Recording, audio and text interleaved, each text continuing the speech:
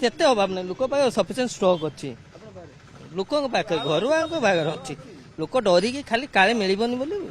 ହେଇଯାଉଛନ୍ତି। ଗତ 4 ଦିନ ଧରି ଲଗାତାର ଭାବେ ପଶ୍ଚିମବଙ୍ଗରୁ ଓଡ଼ିଶାକୁ ଆଳୁ ନ ଆସିବା ଫଳରେ ଓଡ଼ିଶାରେ ଗୋଟେ ପ୍ରକାର ଆଳୁର ସଂକଟ ଦେଖିଛି। ବିଶେଷ କରି ଆମେ ବାଲେଶ୍ୱର କଥା ଯଦି କହିବା ଦୈନିକ 10ରୁ 15ଟି ଗାଡ଼ିର ଆବଶ୍ୟକ ପଡ଼ିଥାଏ ବାଲେଶ୍ୱର ସହର ପାଇଁ, କିନ୍ତୁ ବର୍ତ୍ତମାନ ସେସବୁ ଗାଡ଼ିକୁ ବନ୍ଦ କରିଦିଆଯାଇଛି। ଗାଡ଼ି ଓଡ଼ିଶା ଭିତରକୁ ପଶି ପାରୁନାହିଁ, ଫଳରେ ଗୋଟେ ପ୍ରକାର ଆଳୁର ସଂକଟ ଦେଖାଯାଇଛି। ଆପଣ ଦେଖୁଛନ୍ତି ମୋ ପଛପଟରେ ये जो आलू देखुं ये जो स्वाभाविक नुहे ये कौन सी प्रकार कले बड़े कौशल गोटे गाड़ी से माने लुचई चुरे खसई नहीं आसी जहाँफल कि बालेश्वर आज आसिक प्रथम गाड़ी पहुंची। आज्ञा आप जो गाड़ी आसी ये जो ये गाड़ी केमी स्वाभाविक है गाड़ी स्वाभाविक नहीं पैसा पत्र देके केते कौन पैसा पत्र कौटी केमी 20-25,000 खर्च होची। अच्छा बर्तमान आलूर रेट कौन अच्छी केमी बर्तमान 1500 टका पूरा बिक्री होची। अच्छा माने 50 किलो को 1500 टका क्विंटल है 3,000 टका।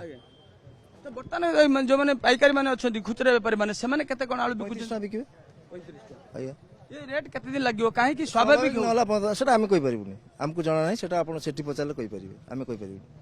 गोटे भी गाड़ी पश्चिम किछि जानिनु ता भीतर हम किछि पछि परिबुनी कहि परिबुनी सेठू आपण ऊपर महला पचाले से माने कहिबे कोन हेछि कोन केमती आलू आसीबो बस आलू आनिबा दायित्व आपण मानकर आमे बिकिया दायित्व हमर बुझले कि आपण आलू आनी पहुंचातु आमे बिकिया जे दाम रो कहबे से दाम बिकिया आपण व्यवसायी संघ का सहित आलोचना कले किछि जाइथिले व्यवसायी संघ कोन करिवो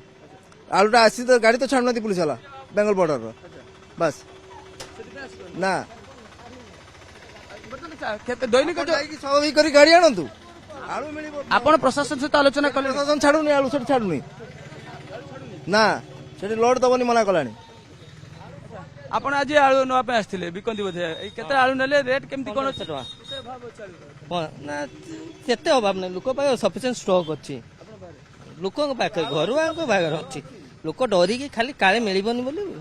ହେଇଯାଉଛନ୍ତି ଯେତିକି ଆସିଛି ସେଥିପାଇଁ ଯଥେଷ୍ଟ। जेहेतु कहते जे जो पश्चिमबंग पुलिस रही से पश्चिमबंग सीधा सड़क ओडिशा को आलू छाड़ू ना किंतु जो आलू गाड़ी गुड़िक आसी अधिका पैसा देकी से बॉर्डर पार करके आणुचंती एवं आलू आज आसिक पहुंची बालेश्वर गोटे ट्रक आप देखुं बर्तमान अनलोड चलती।